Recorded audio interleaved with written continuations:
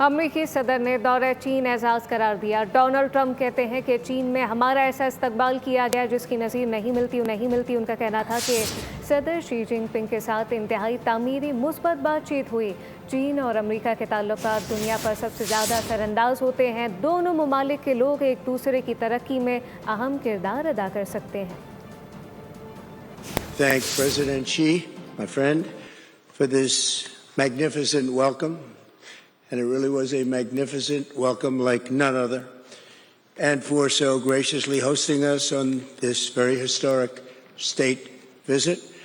We had an extremely positive and productive conversation with the Chinese delegation earlier. The Chinese merchants had a name for the Americans. They called their visions the New People.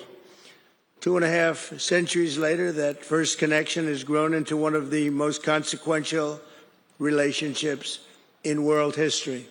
Together, we have the chance to draw on these values to create a future of greater prosperity, cooperation, and happiness, and peace for our children. We love our children. This region and the world, it's a special world with the two of us united and together. Subscribe करें और bell दबाएं ताकि कोई खबर रह न जाए।